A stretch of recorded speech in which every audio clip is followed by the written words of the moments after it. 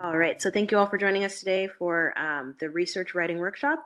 Joining us today is Brittani Sterling, the Social Sciences and Interdisciplinary Studies Librarian. And with that, I will hand it over to Brittani. All right, so greetings to y'all in digital land, and thanks for everyone's patience who's been waiting for me to get started here in real time. Of course, y'all just got to know who I am. I wanted to introduce this kind of subject to Writing Bootcamp because I have done several original research projects myself here at UNLV. And I think one of the things that was most surprising to me was actually how much sort of extra writing, for lack of a better way to put it, that's actually involved before you ever code things or gather results or analyze in any way that you're thinking of. On the front end of the study design, you actually have to do a lot of writing and double cross your T's and dot your I's and make sure things match in different places. So that's kind of what our presentation today will be about. If you will go to the next slide for me, thank you. All right, so I'm sure at your levels, y'all have been engaged in many different forms of research at this point. And I just like this quote by Zora Neale Hurston, which says, "Research is formalized curiosity. It is poking and prying with a purpose." Definitely when you're doing an original research project, you will be poking and prying with the purpose you started with, but it doesn't always end the same way. So I thought I'd sort of open with this quote. Next slide, please. Thank you. Okay. Okay. And so for those of you, especially my dissertators and thesis writers, of course, you've done a lot of work up to this point, probably reviews of the literature, findings for scientific reports, maybe other parts of a publication, maybe even writing up the methods section. Maybe you have like a process down to a T. You'll definitely take those skills into writing for a research project. So we're going to sort of get into what's a little bit different this time around. Next slide, please. Okay, so what I hope you'll take away is a concrete project example that has gone through the IRB process. I have a bunch of notes about a project I have going on currently. If we have time, I may be able to show you some documents that I did for when we use a system called IRBnet, but similar things are asked in our current system, Caillou. So if you all are just getting started and haven't necessarily done your submission, you'll do it in Caillou, so it asks some very similar things. So I just have those sort of at the ready so you can have an idea of how much detail you need to go into. I also hope that you'll think about the multiple steps involved in submitting documents of this type and definitely see the devil is in the details. So our process has changed a little bit, but what's mostly different or what's mostly the same is that you will be asked the same information in slightly different ways and be asked to provide the same information with slightly different answers. And because of the way our IRB reviewers go, sorry, a lot of times you will think that you have things paired up in the correct way, and someone one month might think it's fine and someone the next month might see some glaring thing that wasn't mentioned before. So definitely the devil is in the details. And then also maybe some tips for study, design, or improvement. Next slide, please. Oh, just before we go to the next slide, I just wanted to double check with you and make sure that you're able to see the chat. I am, yes. The last comment that I see is from Cecilia. Has someone written something since then? I don't think so. I'm just, it's just that because I'm sharing, I can't actually see You the can't chat. see So it. Yeah, yeah. I'm paying attention. Thank you for asking and perfect. reminding. All right, I'm gonna go to the next slide. Perfect, thanks. Okay, so what I can promise you is that your experience will be just like mine. In fact, none of you will have my same initial experience because I had to sort of transfer this current project that I'm doing into Caillou. We made a switch between systems, and so I originally did some of this in IRBnet, which was a whole different thing. Even though we're sort of easing out of COVID, if you will, there's still some COVID-related changes going on. So I will tell you all, if you do need to submit to IRB, they're just running with the skeleton crew right now. So just, I would say, think early, submit early, and be really patient because even the folks who are supposed to be permanent reviewers, I think they have a few vacancies. So just keep that in mind. And some of that is COVID related changes. I have not done a biomedical project, so I can't really speak to that, but you can speak to the folks in the IRB office.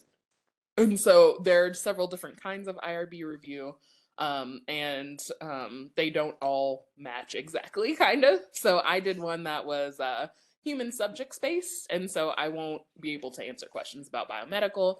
And also, even if you're the most diligent person, a lot of times your project won't necessarily be approved the first time because the IRB is a group of conveners and different people see different flaws in things. So I just want to point that out. It means nothing about you as a researcher or about your writing even. It really can depend on the group. Okay, next slide. All right, so a very brief introduction to the UNLV Division of Research. You can go ahead and go to the next slide. Usually if I were sharing, I would show you these pages, but I'm just gonna mention these, and these are things that you can find just by putting them in the UNLV search bar. So of course, y'all have heard me mention IRB, so much so far. If you are not yet familiar with the IRB, it stands for Institutional Review Board. I think a lot of people know they need to send documents through them to get their studies approved, but what they actually do is approve, monitor, and review biomedical and social behavioral research. And oh, sorry, I don't know why there's that typo in there, but they basically make sure we're on the ethical up and up as researchers, kind of. It's their main concern to protect the rights of people who participate in research, and even in the biomedical case, to make sure we're not doing anything shady, right? We want to have new lines of inquiry and stuff like that, but we don't want to put people or put people in situations that will put them in danger.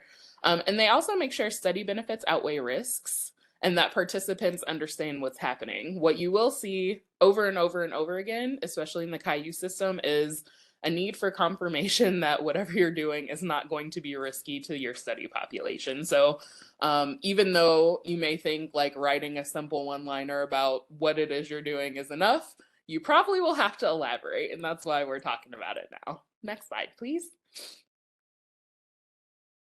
Okay, so things to keep in mind as far as deadlines. The IRB meets monthly at most institutions. There is committee chair turnover a lot because people do it for service and you may not always know if people are out or not. So that's one of the things to sort of keep in mind. You can use Caillou, which I mentioned before, is our system for sort of submitting a project to the IRB for approval.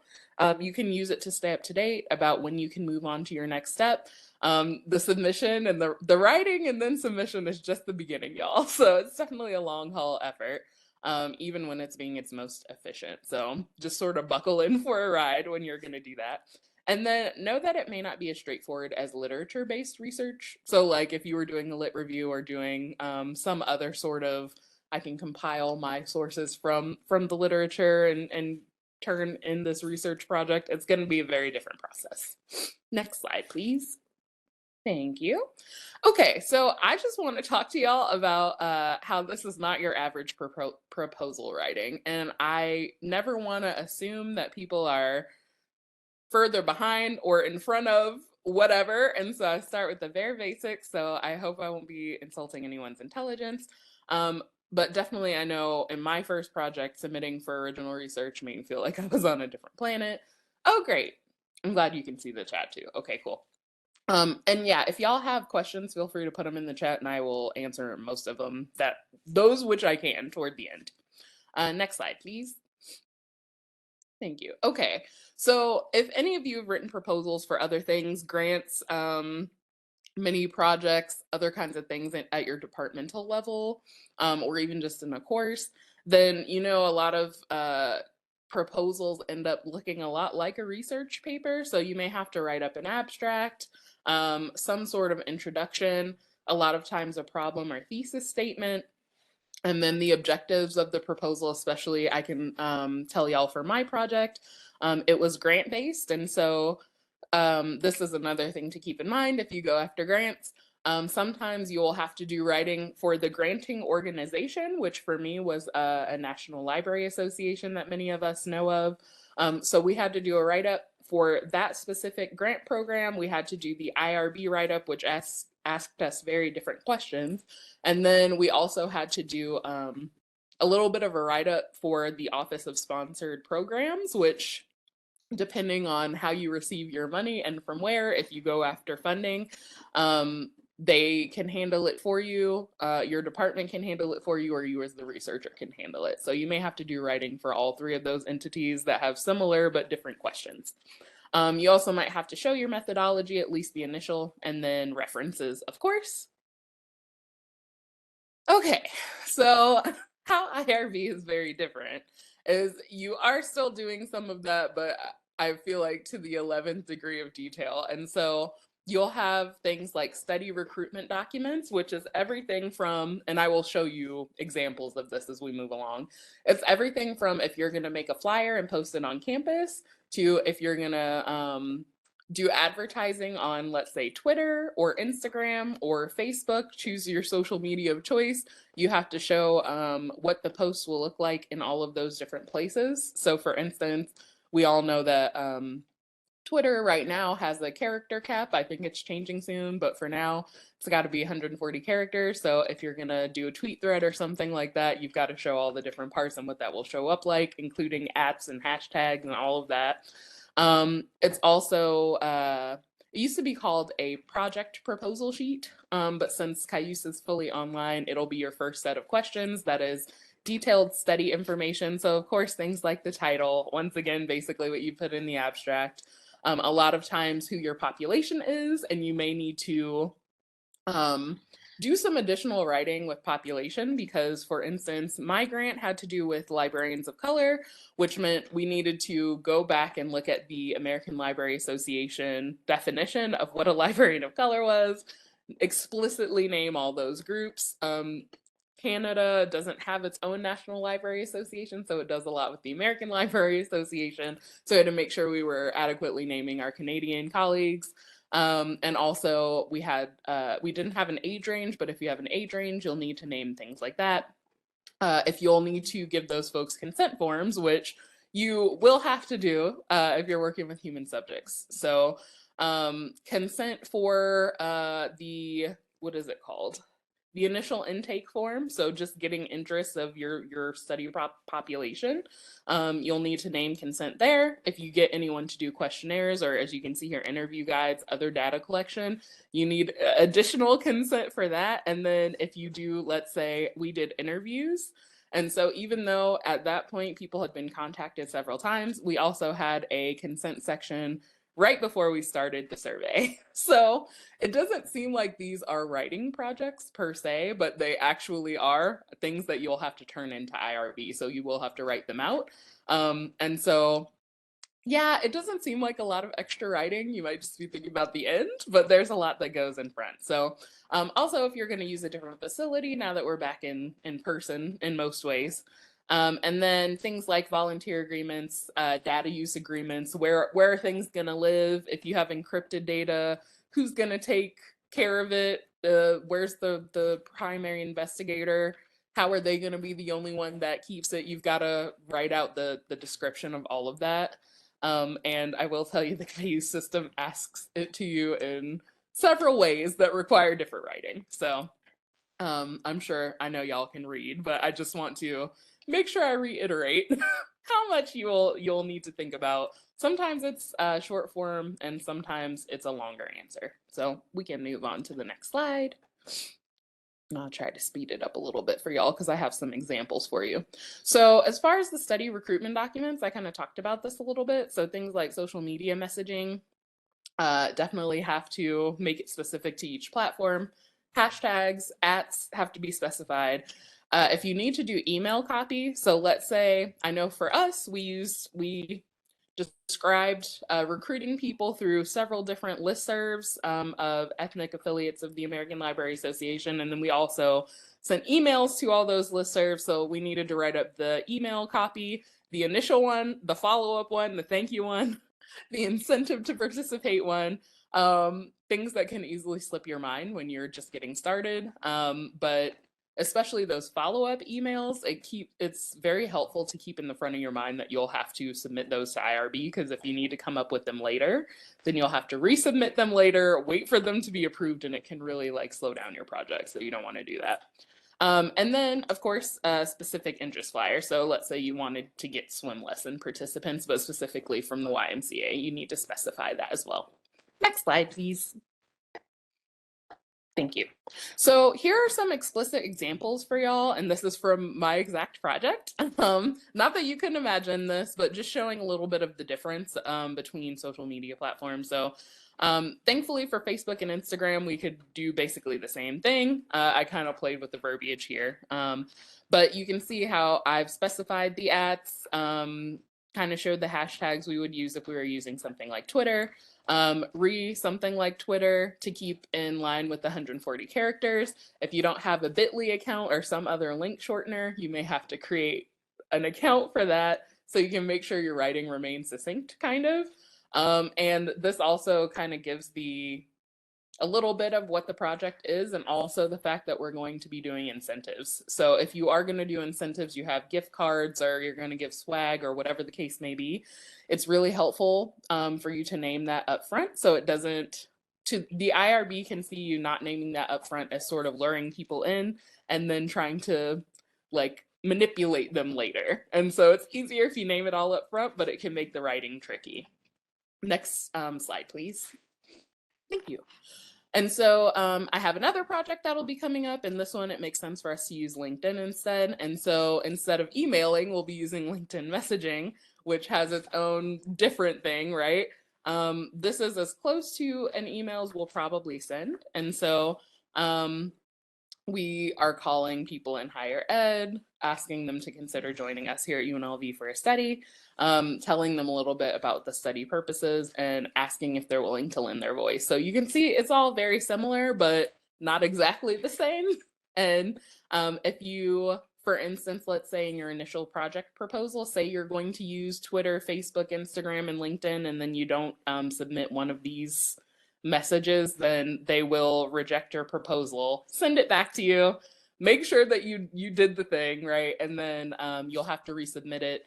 And especially with the skeleton crew going on right now, it can just really delay your project by a few months. So I cannot reiterate enough to just double, triple, quadruple check when you can.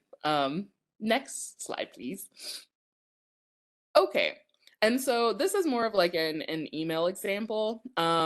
So this is what we would end up copying and pasting instead if, let's say we know someone who's in charge of a listserv or who's in charge of a subcommittee of something.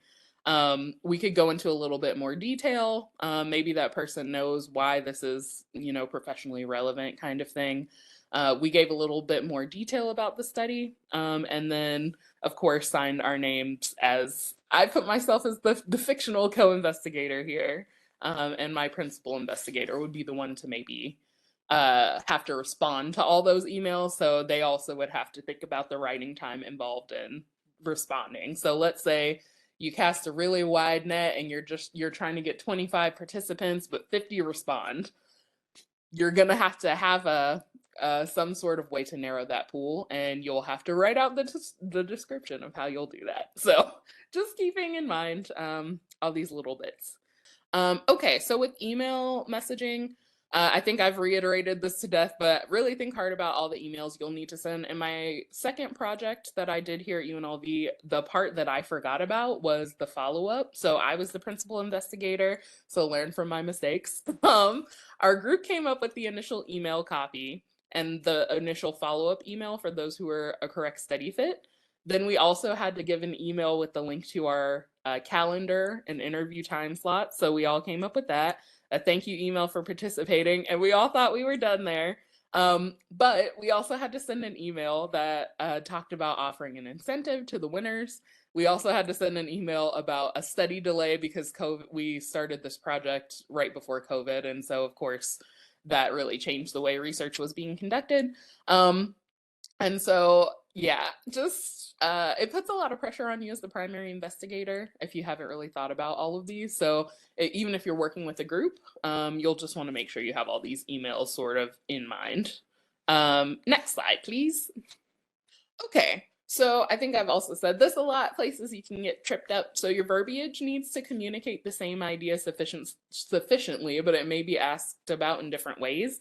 For those of you who haven't used Caillou yet, I was going to try and show you all the interface, but of course, since I can't share, I can't do it for you. It just sort of looks like a sterile, very blank page when you get in there. But once you can actually open the new study, it will ask you the same question, various ways, and it wants the same information, but you'll need to go into different amounts of detail. So just kind of keep that in mind when you're writing. If anything changes from the original proposal, you may have to update it in those different places. And then the IRB is definitely comprised of humans. You may end up in a situation like me and my group did, where we were asked to change one thing and then someone else was the reviewer the next time around and they were like, oh, thanks for doing that, but also this. And we were just kind of like, okay, why didn't we get that before? So just be patient.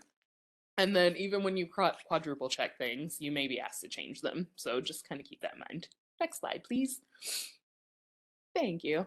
Okay, so I also wanted to, not to insult anyone's intelligence, of course, just let you know what kinds of questions will sort of be in Caillou's. I know for some of you, it might be like, I can't believe we're going this sort of meta, but it is down to this granular. So you'll be asked to describe what the central problem of your study is, the field of study, and why it's relevant to a core problem, what the methods, and actually you may, depending on what kind of methodology you're using, have to go into quite a bit of detail. So if you're sort of a methods for the sake of the project person, then you might want to study up a little bit harder on your methods, because sometimes you do get a reviewer that's a stickler for really, really understanding what you're going to do.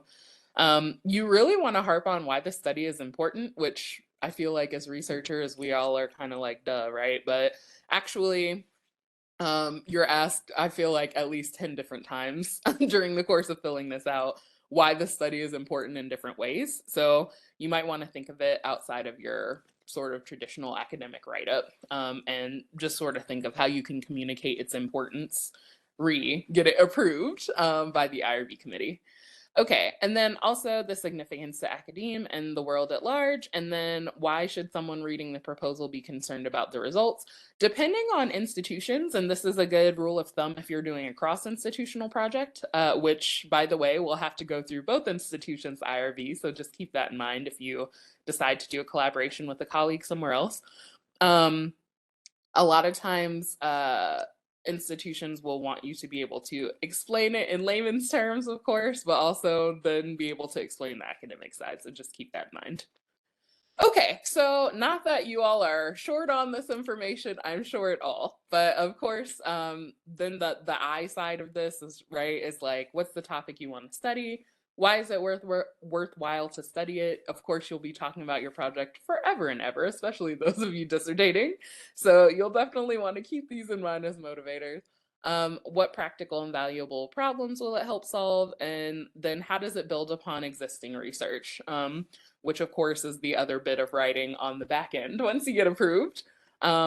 And especially if existing research already exists, like why is the way you're gonna look at it really, really important, aside from finishing your program, of course. And then what specific tasks do you have to plan to do? Hopefully I'm helping you think about what those are. And then can you get those tasks done within the time frame and with resources available? Okay, so once again, like I said, I know a lot of this is rudimentary, but I can't overstate y'all. In a way, you have to get like so simple and at the same time be academic enough for them to approve it.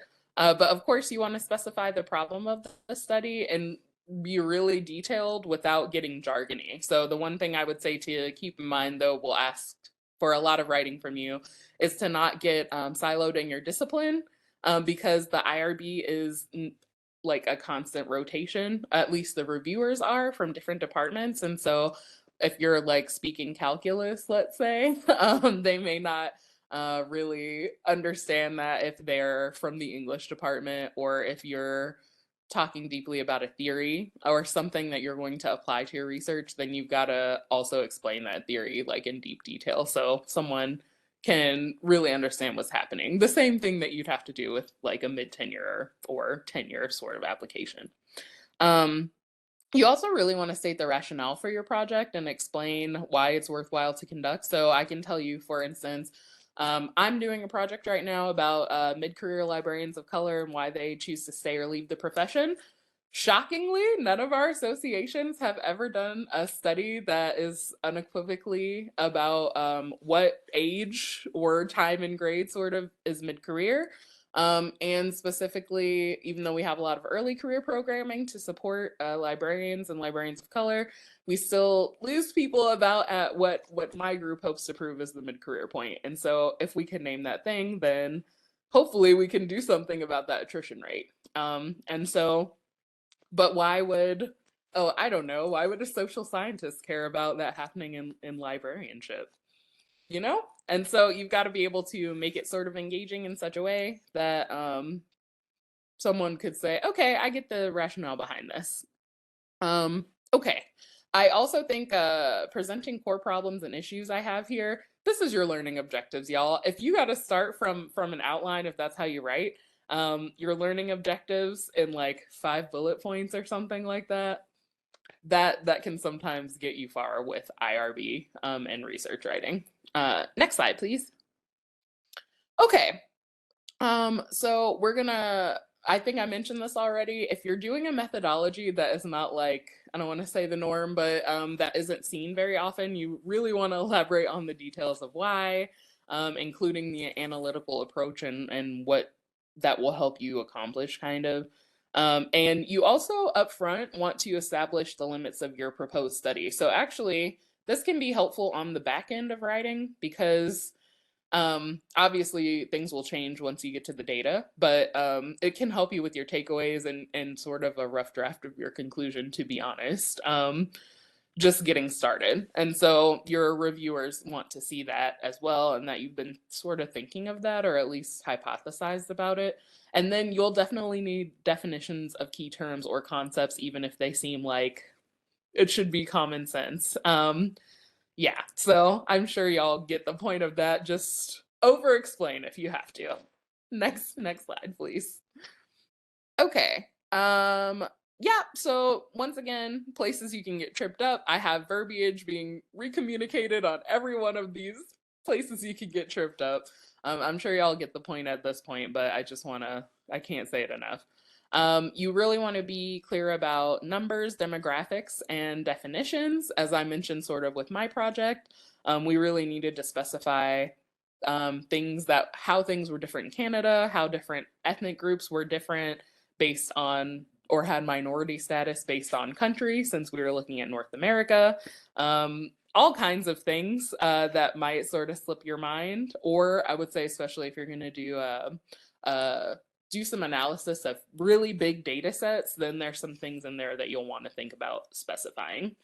Yeah, once again, any changes to the original proposal, you may have to make sure you update it one place, not another. And then keep quadruple checking, y'all. Next slide, please. Okay, so as far as consent forms are concerned, I actually think one of the things that is, I don't want to say bad, but that's changed with the switch to Cayuse is that you'll be asked to explain your consent form, but there's no example consent form. So in the old system that we had, there was sort of an example for you to kind of create and fill out. Of course, you can Google sort of what they look like, but you want to basically make sure that you are discussing the benefits, the risks of your study, that it's voluntary participation, and that people at any point in the study can feel comfortable in stopping it and leaving, whether you provide them an incentive or not.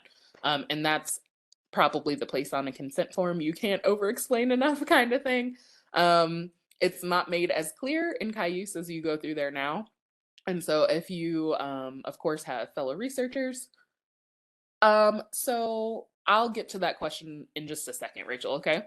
If you have fellow researchers who are better at sort of like outlining things, that you can sort of have one person do it and sort of agree on the elaboration as a group. Or if you're doing it solo, just make sure that you're thinking about these things, especially what will be done with the data. People on the review committee are really, really interested in that. And if you say you're going to encrypt something in a certain way, or only one person will have access to it, they really want specificity of dates, how much longer after the study is over, all of those things. If you are thinking of interviewing a group or going to have a big group, my group was just 25, which I didn't think was a lot, but for confidentiality, we did need to end up assigning code names or numbers. We used Qualtrics, and there's kind of a neat trick in Qualtrics that makes that easy to do, but if you're unfamiliar with it, you can definitely go to YouTube University and figure out how to do it. You'll definitely be asked to account for that by the IRB as well. And then if you are keeping notes or transcriptions or anything like that, I don't know if this is just an antiquated research rule, but you will find that sometimes people want you to actually print it out, keep it in a locked filing cabinet in the PI's office. Don't know why that's left over. It could just be old verbiage, but you'll want to check with IRB to see if you actually need to do that. Just gonna pop over to the chat real quick because I see Rachel asked the question, do you need to provide PDF copies of the documents? So when you go through Caillou's, Rachel, basically what happens is, and I guess I should have mentioned this, it sort of saves as you go. You also have several points where you can actually click the save button.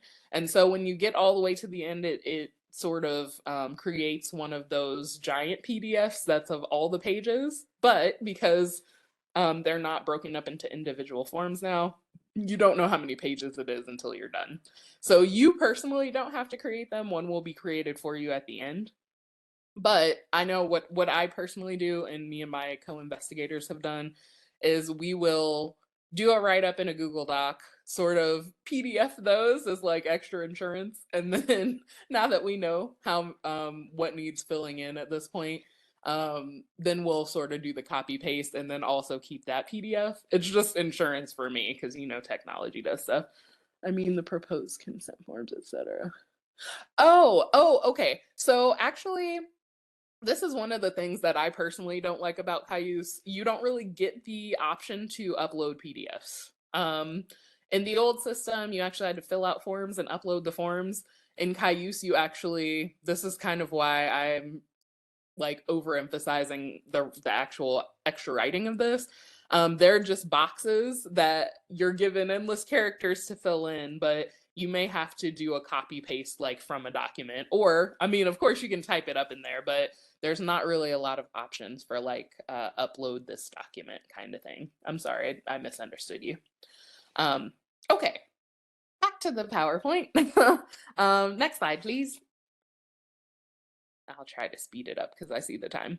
Okay, so for questionnaires, surveys, and interview questions, I just want to mention the difference between them because which you do, you'll need to reiterate to IRB as well.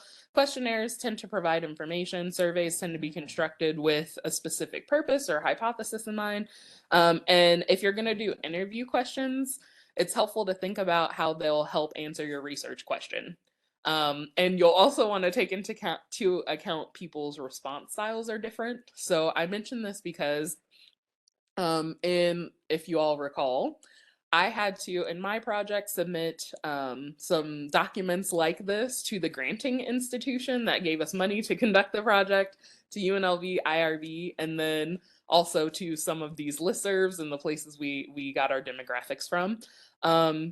When we had to submit to the granting institution, we had to come up with a short list of questions, so we had to think about them immediately. We weren't quite there yet, but we had to sort of think about 2 big research questions just to get started. And then when we got to the IRB, they wanted we ended up with 20 in total, and some had A and B parts, and we had to submit those all before we could actually submit it to IRB. So that's why I'm mentioning it now. You may not have that situation, but if you're starting from, y'all know how it goes, starting from 1 or 2 research questions, and then you've got to come up with 20 before you can finish the process, it might be like, what? And also, you'll want to make sure that they are, of course, understandable to the population you're going for. So the way you write a research question for, let's say, a fellow academic is going to be very different than someone who is like an early career teaching professional or something like that. You know what I mean? So just things to keep in mind. Next slide. Okay, So questionnaires, you can sort of, I also wanted to provide these just so you had an idea of how you can conduct different research projects. So for instance, let's say you were gonna survey or send a questionnaire to the entire freshman class of this past fall year. You could send an example questionnaire that has these, 2 or 3 options and get back enough data to code later, extrapolate your point, as opposed to, and you could also send these via email, but these are more like, at least in my studies case, we actually set up Zooms for questions like this, and it just may be what ends up, I guess, sort of what depth of detail you want from your participants. So things like, what's been the hardest part of becoming an administrator during the pandemic? Why'd you choose to apply for an administrative role? How's it been positively impacted? Will probably uh, be better. I would say would probably be better received, or you get richer data from doing something like that. Maybe digital face to face via Zoom if you're still not seeing people in person, versus like, I don't know how deeply y'all looked at that last slide's questions, but they were things like, which software has helped you with open PDFs the most easily during the pandemic? And I mention this just because this is not a study design workshop at all, but you'll just want to be thinking about things like that. If you are asking your participants to write a lot, then people tend to get survey fatigue. So they might write a lot at the beginning. Let's say you have 10 questions, and they might do robust answers on questions 1 through 4 and have kind of 1-word answers toward the end. And that, of course, doesn't really help you in your study. So you'll want to think about the differences of doing that kind of thing. Next slide. Okay, and then these are some almost straight off the page. I think I anonymized them a little bit. Examples of interview prompts. And so if you are asking a group to tell them about yourself, you may want to go into detail about exactly what that means with them. So you might have A and B parts. I know I mentioned that to y'all. It also might be, let's say you're talking about career and different challenges and opportunities you've had. You'll want to think about the answers they give and what that means for your write-up on the backside. And so what I mean by that is, if you're going to ask someone, let's say, do you think your career has gone the way you wanted it to? Why or why not? Then you'll want to think about how much time it's going to take you to write up, let's say, 25 answers that are about that. Or if that's just a question that's going to generally inform your write up, and maybe you'll use it to highlight something you said in the lit review or in your introduction or something like that. Because it all ends up being connected in the end, right? Next slide, please. Okay, so whichever you choose, I'm sure y'all get at this point, you'll have to decide their format before turning them into the IRB office. I mentioned already that we have Qualtrics. You can use it to build whatever kind of sort of tool that you want as far as questions. And I'm pretty sure anyone has access to Qualtrics as long as they have a UNLV email. So if you've been wondering sort of what tool you can use or been worried about paying for a tool, I'm pretty sure we all have access to it if y'all did not know that. And then for interview questions, your study design will be important for how much writing you'll do in the long run. Next slide, please. Okay, so just a few words about funding and sponsor information. I sort of mentioned this already. Depending on your grant source, your previously submitted materials might save you time. So let's say you weren't like me. In my case, I submitted the grant first. We got the grant approved, and then we went through IRB. Let's say you started going through IRB, and then you think, this is kind of a hard sell to people. I wonder if getting them a gift card would encourage them to respond. You can do it that way as well. Just know that, however, what you might have to submit to that source is going to be probably different than your IRB questions. And then you might have to write another detailed description thing, as I mentioned. And once again, I sort of mentioned it before, the way we wrote up our interview questions was different for the grant source versus the IRB, but that's why thinking hard on it once in the beginning helps a lot. Okay, I know y'all have seen this before. Double check your verbiage. You definitely want to make sure if you've made any changes that you update it in all the places. The IRB is comprised of humans, and you'll definitely want to quadruple check things. Next slide, please. I'm almost done, y'all. I promise. I know I've been talking a long time. Okay, so I know that writing these big projects, especially something like a dissertation, is very stressful. And so I hope that I haven't stressed you out more. But I just want to remind you, you're capable. You got it. Like, keep calm. Just make sure you're carving out the time to write. I think that's probably most people's challenge. And I like to come at this workshop from the angle of research writing just because it can end up adding quite a bit more time to that challenge if you're not thinking about it ahead of time. Okay, and then these are just some other considerations that we'll sort of breeze through. There's probably 5 or 6 slides here, but there are things you might not, it's one of those you won't know until it sort of happens to you, whether on purpose or by accident. And these are some challenges me and my co-investigators faced when we were first doing this project. So that ended up impacting our writing and our project time, actually. So next slide. Thanks. So delays and modifications, I think I've said this to death at this point. If something about the process changes, I'm telling you what I know about it up to this point based on my experience. You may have to fill out some extra forms. Those extra emails that you forgot to write up, might have to resubmit them to IRB before you can keep going. And if like something happened with one of my co-investigators where they fell ill, so our schedule moved, if you have to do participant updates, someone's got to write those as well and sort of make sure everyone's getting the same information. Otherwise, it can become a big mess. So you just want to think about updating your study participants on the modifications and what writing is required to do that. Next slide, please. Okay, so the fun part, transcription and write-up. One of the things that can actually trip you up in the writing bit is not having an approved vendor for transcription, y'all. So everyone's project won't require this, of course, but this sort of tripped me and my group up. We had a list of approved vendors, 5 or 6 in fact, and just happened to be the time of year everyone was, if they were a local vendor, they were full of work. There is a way for you to add online vendors, but there's a vetting process that adds time sort of to your clock if you're on a time crunch kind of. So you'll want to sort of think of that as well on the front end of your project, just in case. And then there's things like, let's say you got a finite amount of grant money, hello me, and over pandemic life, the cost of using a human translator went up by $1.50.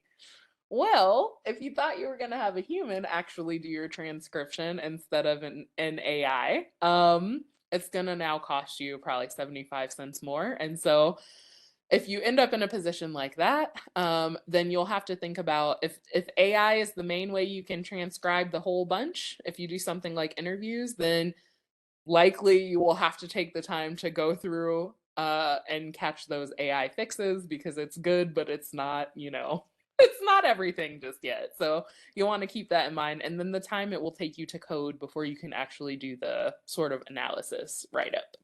Next slide, please. All right.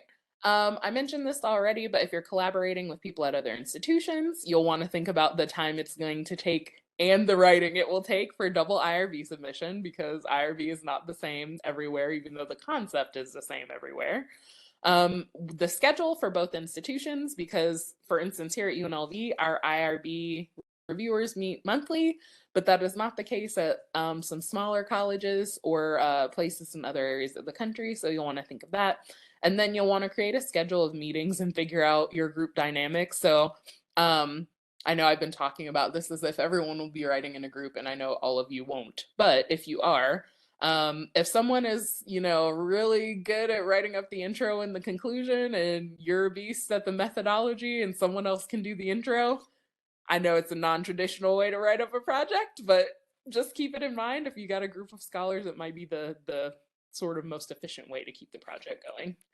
Next slide, please.